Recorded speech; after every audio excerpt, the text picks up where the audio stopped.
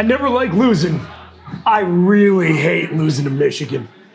And so do you. Welcome back, Brandon. Thank you. Yeah. I hate Michigan. Yep. I hate Michigan with almost every bit of my soul. And that was terrible. It was terrible. It's a terrible week to decide to come back, too. I probably should have stayed at home in bed sick one more week. You're right. But it'll be good to vent a little bit.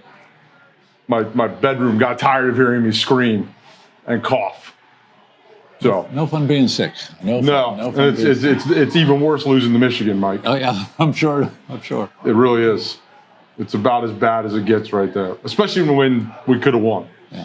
Oh yeah. And I'm not a coulda guy or shoulda guy, but like that was a winnable football game. Yes, it was. Which makes it worse. Leading the fourth quarter, Yeah. as we've had more often than not, 9 out of 10 games, as a matter of fact, this season. But we're 6-4. We're at Central Reservation. We'll be back. Grab your pencil and your paper. It's the Obligatory PSU Pregame Show.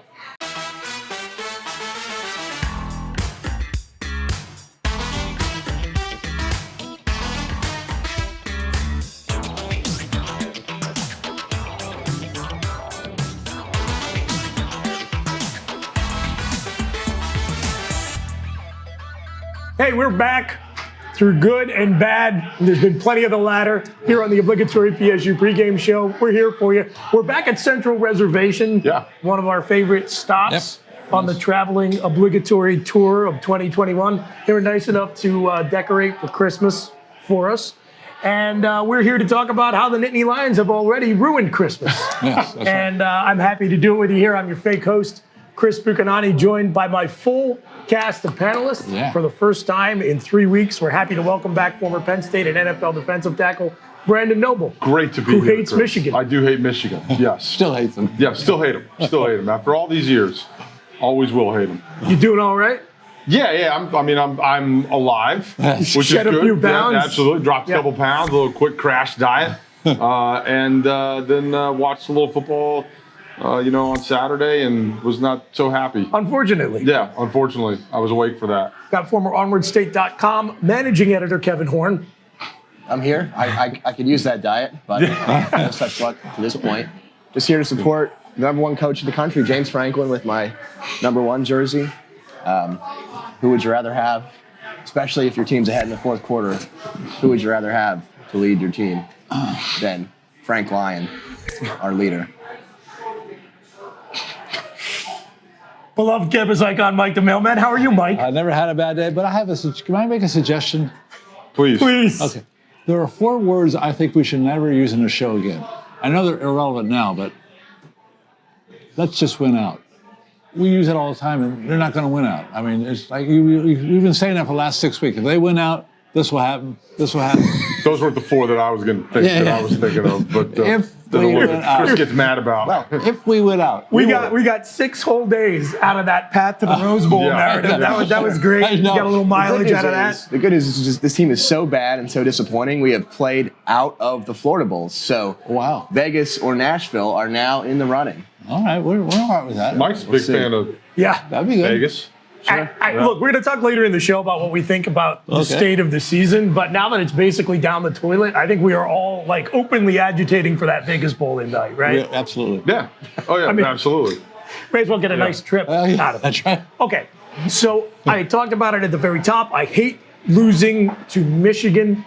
It's the worst. It's worse than losing to Ohio State for a variety of reasons, in my opinion.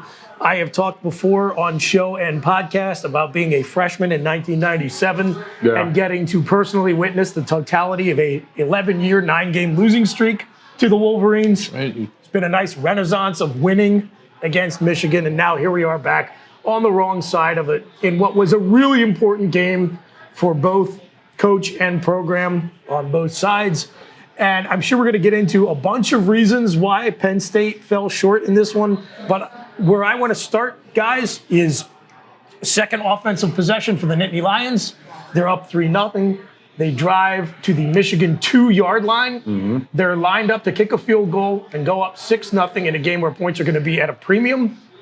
And they run a fake play that could potentially get your punter, kickoff guy, and place kicker's legs broken. It doesn't work, and it's almost a fumble return for 6 points the other way. Your thoughts, Brandon Noble? I obviously don't like it. If it's a touchdown, how do you feel Well, about I mean, if it's a touchdown, then you go, man, that was a gutsy, maybe unnecessary call, right? But it captures some momentum. It gets the crowd into it, right? It gets things going your direction. It's an unnecessary risk, though, at a time when you don't need to do that right there in the game. To me, it's like launching a three-pointer from half court and it goes in. Right. Like, great, but it's an amazingly low percentage dumb play to call. Brandon, you know in the NFL, you always take 3 points. You always take 3 points. You always points are at a premium at any point in time, especially with the way that our offense has been playing. Yep. So when you look at that and you get down there, you want to come away with the points. I'm sure that there are analytics somewhere that would support that decision, right? Because coaches can dig those up almost anywhere these days. But I think that it was really kind of a shot in the dark. I mean, to try and make a big noise. So I mean that was it. Like you didn't need to do it at that point. You really didn't. If it was 14-14, third quarter, right, an absolute battle, something along those lines, maybe you take the shot, right, and you have it. I don't know. I don't get it. I didn't understand it.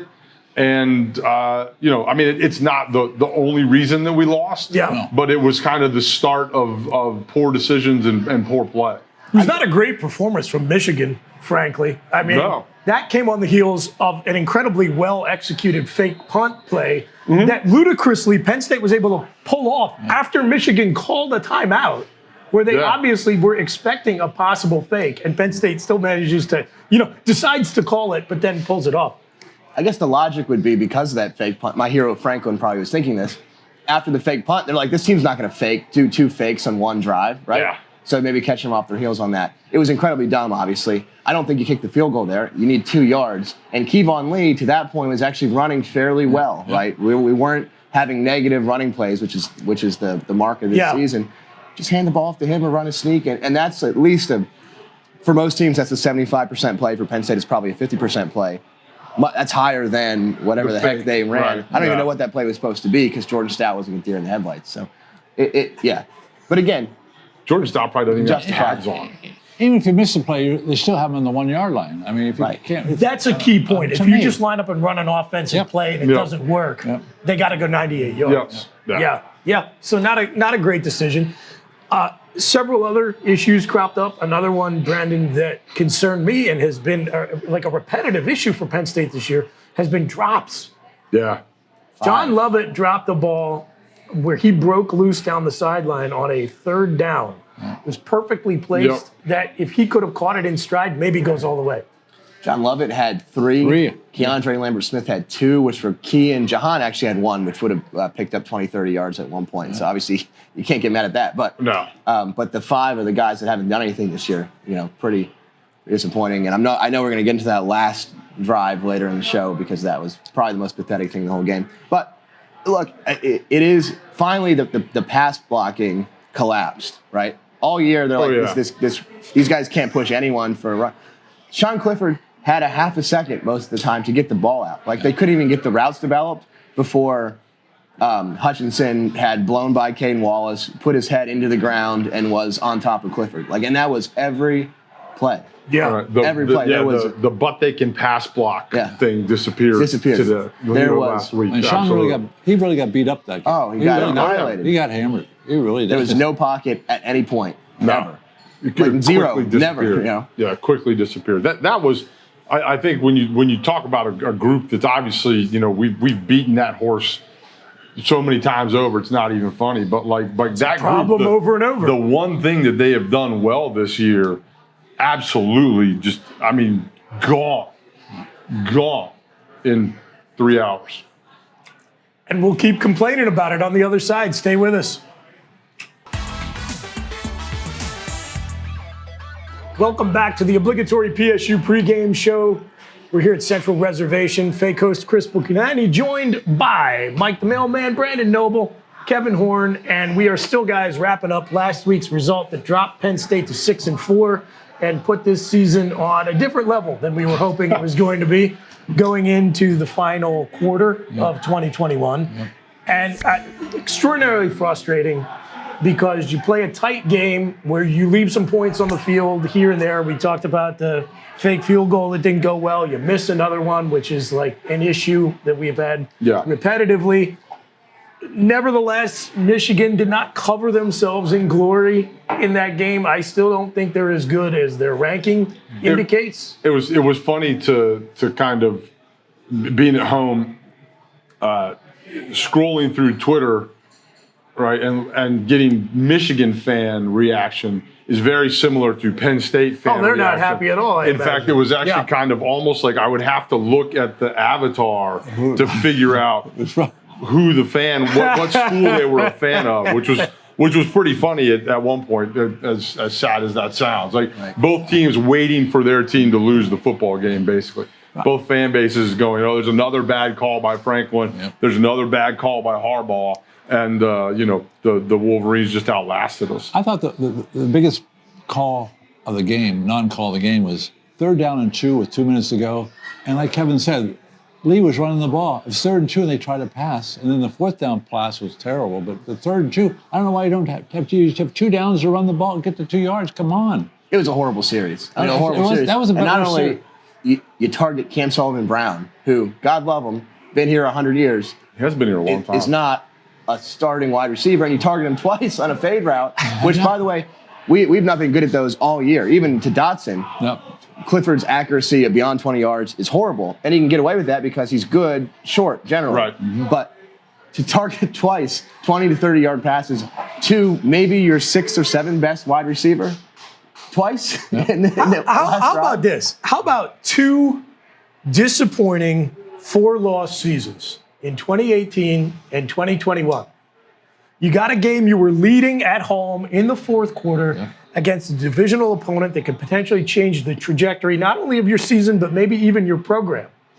And I feel like we called the play on 4th and 5 versus Ohio State that we should have called on 4th and 2 versus Michigan and vice versa. We should have let Trace McSorley throw against Ohio State, and we should have tried to run on 4th and 2, right? Like, it stinks, though, that you're in that situation. What I want to talk to you about, Noble, is the only reason we're in that game is because the defense recovers a fumble, has a great series, and puts us in position to score. We can't put it in the end zone, but we kick the go-ahead field goal. Is it fair, then, to turn around and blame the defense who lets Michigan march 75 yards and take the lead? Oh, absolutely. I mean, that's your job, right, at that point, is to go out and in some way, shape, or form, get off the football field. Right? It doesn't matter how many snaps it takes, but don't let them in the end zone. Even though they've been put out there a lot. Yeah, I mean, and there is no excuse for losing a game where you let up that number of points. No, but they got hung out to dry. You know, I mean, they did. The offense did not do their part at all. But if you're a great defense, right, you stand up at some point. No sympathy for these guys. Not at all. I mean, I feel for them. I feel for them because they gave up the touchdown, right? And that's going to eat them forever. But at the same time, like, that's your job, right? And this is a very, very, very good defense, very talented defense. It has played lights out all year. It's just unfortunate that, when it mattered, right, at that point in the season where you needed it, they weren't able to come up with a stop in some way, shape, or form. Well, it was one play, right? It was against a true freshman. Kalen King gets picked. I think it was by Curtis Jacobs. Wasn't even an intentional pick. He just ran into. They ran mesh routes, right? Yeah, they knew they were in man covers. They man meshes, and it was that one tight end got it. Right when Penn State got that field goal, I actually felt like Penn State was going to win the game because Michigan was not moving the ball. They were playing so well, and one play, that was it. It was done, right? True freshman, because of injuries and depth issues, is out there, who's played fairly well, I would say, during the game, especially for being true a true freshman. Yeah, absolutely. And that was that. Yeah. I feel like we've talked very little about the O-line and pass protection. I think only because we do, I feel like there has been no more common recurring theme on this show over 6 seasons that we can't get it done on the line of scrimmage, right? That's absolutely right. I mean, even Mike is down on the O-line. Even Mike the Mailman's mad at our O-line. Brandon, you convinced me 6 years ago you needed an offensive line, and that has not happened. It's not happened yet. It's frustrating to start the season with talk of Rasheed Walker comes back to make himself a first-round pick. Yep. And then you see the effort we've gotten out of the tackles this year. But that was a repetitive problem. Now, There were a couple of, I thought, potentially missed late hits on Sean Clifford. Yeah. Which stinks because he wasn't getting protection as it was. Yeah. But you go back to, Kev, you thought maybe we were going to win after the field goal. If we could have stuck it in the end zone there, I do think we win the game. And it was just the inability to get anything done, anything going offensively the entire day. Incredibly frustrating. Yeah, it's when you're a fan in the stadium watching the game, you usually follow the ball, quarterback, ball, whatever. Yeah. If you want to have a good laugh, a really depressing laugh, watch the game again, or just watch like Mike Miranda, Juice Scruggs, and Cade Wallace, and try to like take on the Michigan front. Yeah. Just like every play, like those guys were miserable. Like I can't even. It was a very long day for them. They're probably still feeling it now, a week later. Just miserable. So watch them for like a few plays, and you understand why this is a 6-4 team. Although the good news, they made a 2-point conversion. There it is. That was good. Everyone thought it was going to go longer, but they did. That helped. I'll give you a silver lining. I thought it was possible Jim Harbaugh's job was on the line in this game. Yeah. Because he needed to get a win against one of the big three in the division. So I think we're still better off having him around than not. So there you go. We helped ourselves by losing. Stay with us.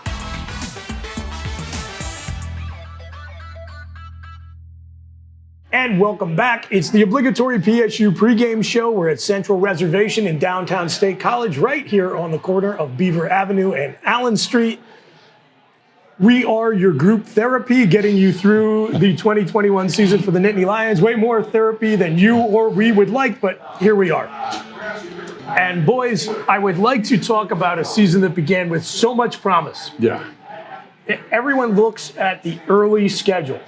And at one point, we were even talking about be careful of Ball State. Yeah. Right, Mailman? That's right, we were. Yep.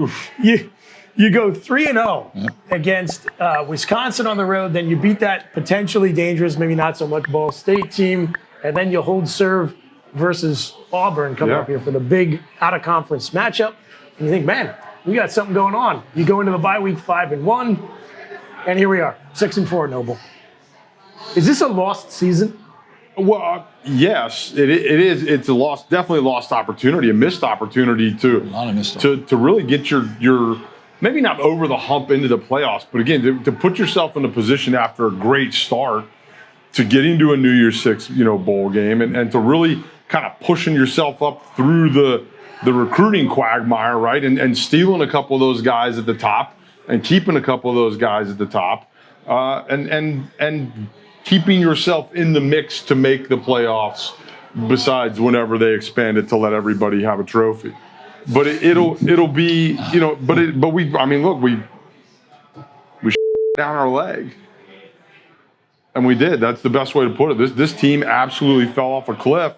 And I'll give them a pass on the Iowa loss because your starting quarterback got hurt during the game. Right, but beyond that, you don't get a pass anymore. When Illinois comes and beats you, and when you lose to a better Ohio State team, I'm not okay with it, right? But it's acceptable in that they're better than us, right? And then to lose this game against Michigan when you could have and should have, and you almost put yourself in a position to win it, you've definitely taken a couple steps backwards from what should be a much better feeling roll through November. It's disappointing. Horne, lost season, yes or no? Yeah, well, now we know that all the excuses last year about why COVID was the reason Penn State was 500 was wrong. It's just this is a 500 program, a 500 team, and that's what they're going to be for at least another year after this as well. Because you look at next year, and there'll be plenty of pregame content for that. But you look at next year, it's going to be another down year until this highly touted recruiting class gets into the program and gets in the groove. So we're looking at 2023 until Penn State football is even in the national relevant conversation again. That's depressing, especially when you start as you started. Now, everyone sort of thought this year was going to be, 8-4. Anyway, people like Mailman excluded, 8-4, 9-3, people as low as 7-5. But then you come and you win those first 3 games and you look great. And you have lights out defense. You're like, all right, this could actually be something special. And then, of course, you take every single game this year either tied or in the lead going into the fourth quarter, except for one, I think. And you end up losing them all because that is sort of what my hero, James Franklin, number one, that's the tenet of the last 8 years of the game, right? You lead in the fourth quarter, You're up on a top 10 team. Finally, we're going to get it. And then something bad happens, and you lose. It always seems like one play or two. They're so close every week. They're so close, but they can't pull it out, and that's contagious. You got to learn how to win those games. And you're eternally optimistic. Yes. You predict us to win the title and go 15-0 every year. I did. How are you feeling about it, honestly? I like the game. I thought it was a great game. I didn't like the results, but I like the game. Hey, stop that. I like the game. And you always look at a team like this where you're wasting one of the best defenses that Penn State has had in recent history, wasting one of the top 3 wide receivers in program history, because you have a bunch of 4-stars on the O-line that did not develop at all, right? Special guest coming up next. Stay with us. What a great spot. Damn it, I've been waiting all week. Welcome back to the obligatory PSU pregame show from Central Reservation, and that's enough ruminating on the bad things about 2021. Let's just do something completely different and focus on something positive. We've got something of a Penn State celebrity in the house now. I'm honored. We're honored to have you join us, Matty Fresh. Growing up, going to games, sitting here, I would never thought that I'd have that title coming from an established pregame show like yourself. That's awesome. Thank you, man. Well, for the folks in the audience who may not be familiar, because we range the demographic spectrum here on Obligatory, we'll say. I think most people probably know you, Penn State fans, from the song you did while you were in school about Trace McSorley. Got second life and turned you into something of a TikTok celebrity once he went on to the NFL. And now you've just been making more music. Just recently dropped a track about Jahan Dotson. I remember all the way back you did the...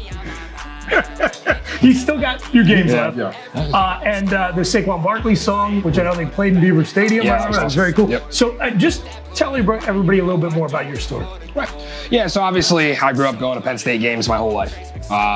Probably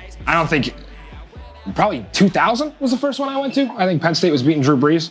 So Me too. That was at a sweep of Drew Brees, right? So yeah, I think I've been going to games obviously since I was a little kid. Penn State's always been part of my identity, and then obviously having the interest in music as well. So when I'm in the studio and recording, how do I put other things in my life that I'm interested in my music? Obviously Penn State's right there. We did the Barkley song in 2017. Followed it up with McSorley the next year, and now in a 3-year wait, we've had all these players, right? KJ Hamler, Miles, Chris Godwin, Kabinda, Micah Parsons, like all these guys you could have possibly done a song about. Not that those guys weren't great players. I just never thought I'd do one again. Jahan Dotson with his game, I mean, he took that to the next level. Absolutely. For me, it was like a no-brainer. It was like everybody in the nation is now talking about this guy. Let's honor him with a song as much as we could. I mean, obviously, I don't think he gets as much respect from the play caller as he should. We finally saw it. My bad. You're good. Yeah. Did what I said I wasn't going to do. So we finally saw it against Michigan. They threw a touchdown or threw a 2-point conversion to him, so that was nice to see. Probably should have saw that 7 times against Illinois. Yeah. Where was that, right? Just throw it to your best player. You're not writing a song about Mike Yursich yet. No. Well, I had the thing with, I don't know if you guys saw it. I said I was going to put out a song about James Franklin. Yeah. It was April Fool's joke. I actually said Trace was featured on the track, and I used it to drop a totally different song that had nothing to do with Penn State. Good. So, I don't think I was going to ever drop that song. But, I mean, people got excited for it. That was before the season. But, right, yeah. There's still time. There's still time to make that track. I am still a believer, not as much as Kevin, but I'm this track we're still believers. My personal hero #1. You're onto something. It'll get hits. He is onto something. So obviously the Trace song's probably been your most widely listened to song in the Penn State sphere, right? Because of the TikTok thing. Right. Everyone knows "Throw It on a Dime." That's printed on T-shirts, right? And that was yours. What do you think the second one is? Has it been Jahan? Because that sort of blew up in a way. I haven't seen anything else other than the Trace song blow up. Right. I think it's following the same path, right? It was huge at Penn State, as the McSorley song was to kind of kick things off back in 2018. And you're just waiting for that national push. And I think obviously that's going to come with the NFL draft. I mean, this is going to be a first-round guy, right? And I had the line in the song, he's the first pick on the first day. I think he has a chance to be the first wide receiver, maybe. I mean, absolutely. That could be a possibility. And I mean, it writes itself. If ESPN wants to call, use that for the NFL draft. Oh, that'd be good. Honestly, we're networked well here at Penn State. That's a great thing about having a Penn State education, knowing somebody at every single network. Sure. So, yeah, I mean, if we could get this more national. Because right now, it's popular around Penn State. I heard it a lot around the tailgate lots yesterday. Thank you, everybody, for listening. And we need to take it national. And I think Jahan's going to be a future. We are on a lot of cable carriers and a lot of markets with NFL teams. Jahan Dotson ends up on one of your NFL teams. Matty Fresh, give him a call. Did Jahan reach out to you about the song? Do you get the players? I assume you don't tell them before you release it, but they'll hear it and they'll be like, this is awesome. Yeah, and before the season, I had kind of heard some things like, from some people inside the program that, some players are excited. Is it going to be Jahan? Is it going to be Sean? And I'm like, I don't know what it's going to be. Like, I don't know if it's going to be anybody, but yeah, they definitely picked it up and heard it. I always notice, like, when you drop one of these, the entire team gets behind it, like, because they think it's super cool. That was what happened with the Saquon song. All the other running backs at the time, Mark Allen, Miles Sanders, Andre Robinson, those guys were going crazy for the Saquon That's a deep song. cut. Yeah, Nice. Yeah, so it's always fun to do these. Do you think, look, I don't want to put you on the spot.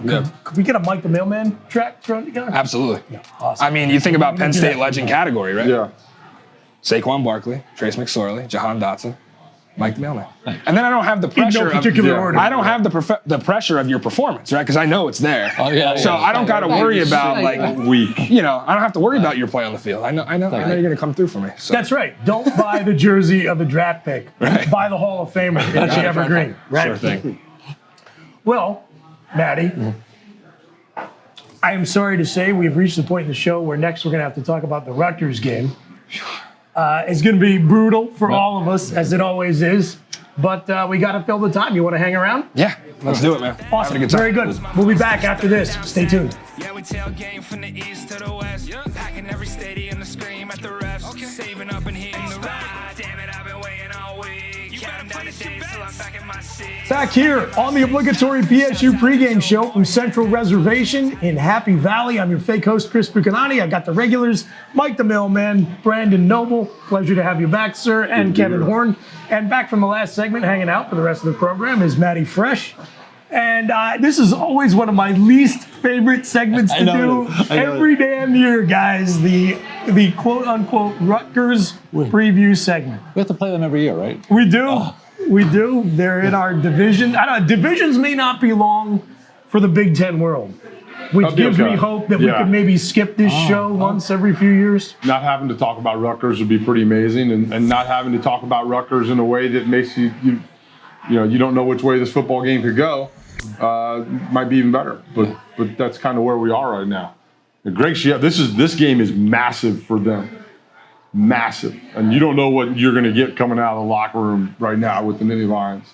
The Rutgers is playing for bowl eligibility this week. Yeah, and just laid it on Indiana. And recruiting, and Greg Schiano, who coached here, this is, and he is going to stoke the hate fire because all those kids didn't get recruited by Penn State. Right, he's going to do the Matt Rule thing, and that's what Matt did when we were at Temple. Right, was like those guys did not recruit you. You weren't good enough for Penn State. They didn't even talk to you. They didn't offer you. And all week, that's what these guys are going to hear. And by the time they run out on that football field, man, And I guarantee, I can't name a single player on their defensive line, rather. No. I guarantee some kid who was at East Rutherford High School last year was going to blow our first round pick, Rasheed Walker, off the line of scrimmage with it. They'll play defense, man. Yeah. They were aided last week against Indiana by 4 fumbles. There was a little bit of fumble luck on their part. They still killed Indiana, right? Yeah. Indiana was like the darling of the Big Ten last year with Tom Allen. It is. We've talked about this a lot. When a team like Rutgers is coming into Beaver Stadium and they're just hungry to get back to at least respectability, which they could win the next 2. They have Maryland next week, so they could finish the season with the same record as Penn State. Wow. And they're here to fight to get to that bowl game and pick off, even though Penn State's not ranked now, pick off one of the quote-unquote powerhouses. Yeah, absolutely. And more often than not, the teams that do that and come to Beaver Stadium thinking that do it. What are you guys talking about? It's Rutgers. Come on. They're having a... It's still Rutgers. I think one of the worst games of the 2019 season was probably that Rutgers game. No way. 2019, Penn State did not play very well against Rutgers. Do you ever think about what happens in was it the 2018 game where they ran that, it was close, and they ran that terrible trick play. Yeah. And their quarterback is wide open. There's like nobody in frame in the left side of the end zone. That's right. And they ran like a throwback play to their quarterback, and he dropped it. Do you ever think about how different Penn State history would be if that guy just held on to the football? Yeah. Ooh. Unbelievable. Rutgers I mean, too. if only we had a lazy river around the Lash building, that guy would have. It never even would have mattered. But okay, so I wanted to talk to you, Brandon, a little bit more about what you mentioned as far as how important this game is to Rutgers. So interesting dynamic going on right now here in the Big Ten East division, which again, we hope is not going to be around for very much longer. Maybe as early as next year, Big Ten divisions go away. We'll see what happens. The Paterno division against the Stag division. Yes, there you go. Yes. Good. So Maryland plays Michigan this week.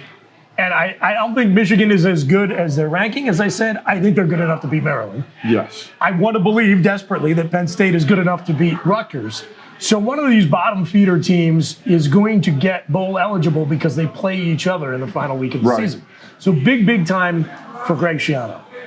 You talked about Temple being a program that recruited a lot of the recruits who either didn't get on a Penn State radar or slipped through the cracks.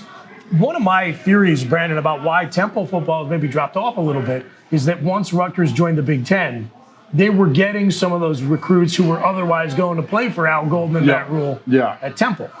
So if you're Greg Schiano this week, knowing what you know about Penn State, knowing what you know about the stakes, this is your Super Bowl. Yeah. Even though next week might be even more important in terms of playing for bowl. Right. No, but this is an easy one to get your players up for, right? Like this is, like I said, like all these guys are from Penn State's recruiting footprint. Right? All the guys that play at Rutgers, and I guarantee you, none of them had a Penn State offer. You know, none of them probably got invited to a whiteout.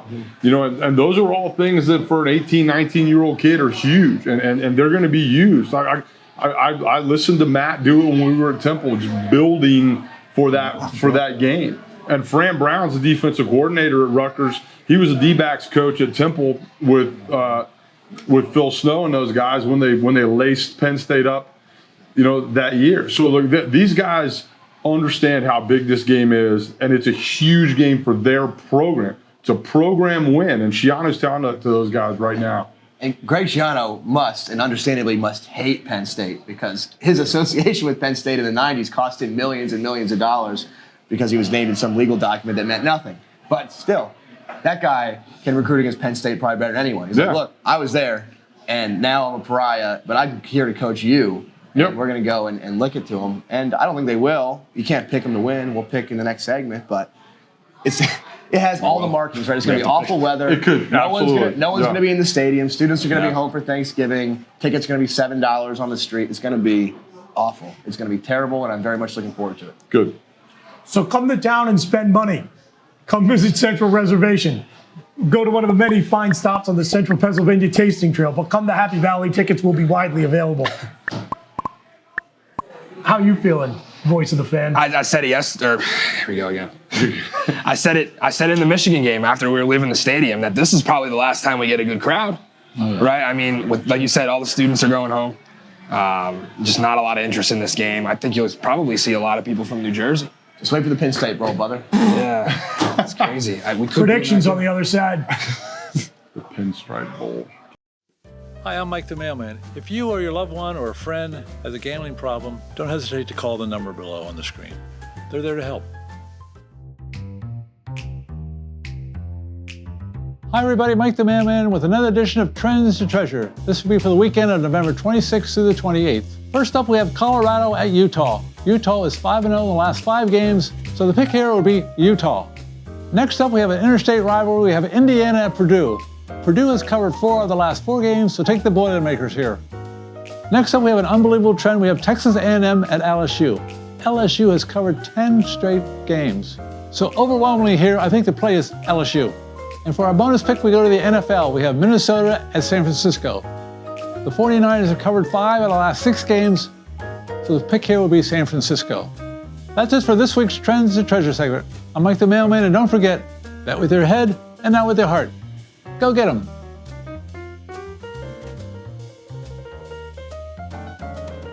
Job. Thanks. Really nice week last week. Yeah. Gotta keep it going. That Baylor game. Start Keep it going. Keep it going here.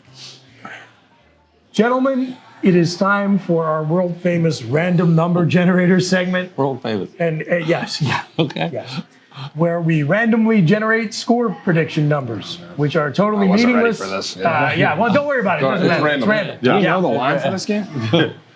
Kevin does. I'm Kevin and sure Mike know will what the know. line Absolutely. is on this bad boy. I actually have not seen it yet, and I usually look before this segment, but I decided not to. Yeah, who cares? But Who cares? let's see how close I am. I'm going to guess the opening line is 20 and a half. Oh, man. What do you think, Mike? That's a good opening road line. dog spot right I there. think you're right on it. All right, let's see. We'll see if I'm accurate or not. Yeah. All right, well, you spoke up first, so what do you got? I don't know. I mean, Penn State 21, Rutgers 3. I don't think it'll be close. I think everyone's going to be miserable, and that'll be that. Actually, take that back. Penn State can't score 3 touchdowns in one game. It's going to be Rutgers 3, Penn State 20. Rutgers covers. George Stout will go 2 of 4 for field goals, and everyone will be miserable. Everyone will hate it. Everyone's going to dread the Michigan State game the following week.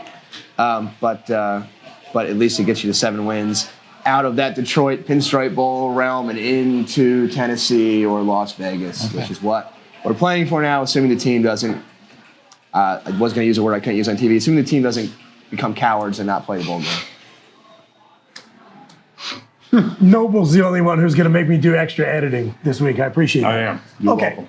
So the stakes now have been reduced to, let's hope we can get to Nashville or Las Vegas as our bowl destination for our last home game. So Maddie, you want to predict early, you want to predict late? What do you got? Man, let me go. I'm kind of right in the ballpark with Kevin. I think that this defense has been really good all year. I don't see Rutgers scoring much. Probably bad weather, right? I mean, it's going to be Big Ten weather. Of course. Give me like 17-9. It'll be close, I think. But that 9 will come in the form of like some late shenanigans. Right. The backups are in. But Penn State will handle this game. We can't seem to score more than 20 against Big Ten opponents. So, yeah. That's going to change this week. I think the offense. Like Brandon said, the defensive guys are going to smack the offense. They're going to smack Rutgers this week. They're going to blow them away this week, at least by 29. We need Jahan to go off. Yeah. Have another big 11 catch game. I think the offense has to start. They got embarrassed last week. They got to go. I think they're going to win big. I think they're saving it for Michigan State. Oh, okay. Well, maybe I'll Saving it all up. I hope you're right, Matty. Yeah. All right. So, desirable location for our crappy bowl. Yeah. Oh, yeah. Bolitnikoff Award for Jahan Dotson, I think is another thing we are looking at realistically here. There are no real stakes for Penn State's last home game of the season, but for God's sakes, you got to beat Rutgers just for all the reasons Noble just mentioned, because you got to maintain dominance in your recruiting footprint. Right. You got to make clear that Greg Schiano is little brother. It is crazy, by the way, Kev, you brought up the whole situation with Greg Schiano and the coaching gig at Tennessee that he lost out on. That's right. How messed up is the world of college football right now that it's like an arguable debate over which coaching gig was better, Tennessee or Rutgers? Well, yeah, better for That's a him. good He choice. probably made it out in the long run, although I'm sure Rutgers, That's really good. I'm sure Rutgers is not matching his salary he would have got at Tennessee. But Yeah, no doubt. All right, so I am going to give my score prediction now. For as frustrating a football team as this has turned into, which is kind of a recurring theme these past many years, if you're a wealthy donor out there, by all means, please open up the checkbook so we can get the neon foot massagers and the lazy river that we need to finally be competitive in football and not be an embarrassment in close games. I don't think this is going to be one that has me peeling my skin off in the fourth quarter, just the first 3. I've got the Nittany Lions winning 24-10 at Beaver Stadium. Pulling away late. And Noble, since you've been gone for 2 weeks, and we're so happy to have you back, Yeah. I gave you what you wanted. I Yes. waited until the end to let you go You last. did, and you almost perfectly matched what my random numbers were in my head. No one is going to predict Penn State loses to Rutgers. We can't sing so low. Yeah, no. Not as a program, not as a TV show. Go No, ahead. yeah. That's right. I think though that it's more of a football game early than anybody wants it to be for all the reasons we've talked about, right? Sure. The place is going to be empty. The stadium's going to be quiet, right? We just lost to Michigan. Rutgers is going to be excited. This is a huge win. This would be a huge win for that program. All of those kids that play at Rutgers, right? This is their opportunity to come up here and show Penn State that they missed on them. All those things, all the motivation, right? And that lasts only kind of so long. And I do think that Penn State is the better football team, and we end up winning this thing. I was going to say 24-17, so we'll go 28-12. Beautiful. Love it. Maddie, thanks for joining man. us. Appreciate that, man. Thanks for having me. Go State, beat Rutgers. Cheers, brother. I hope so.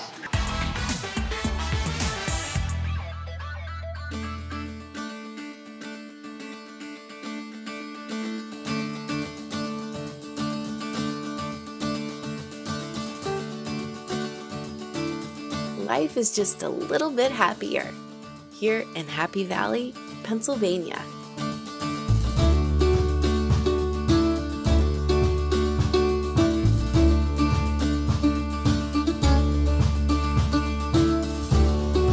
Whether you're taking an adventurous hike or spending your days in a sunny garden. Whether you're checking out a small town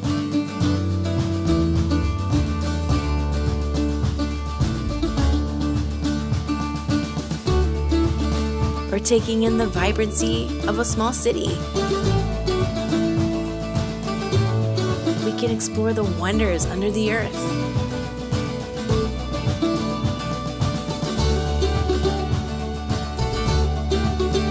Or find inspiration in history.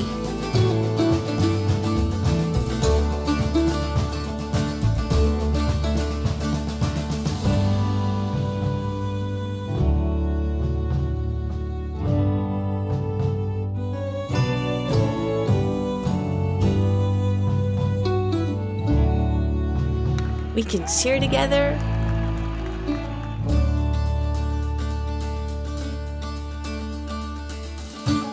or laugh together.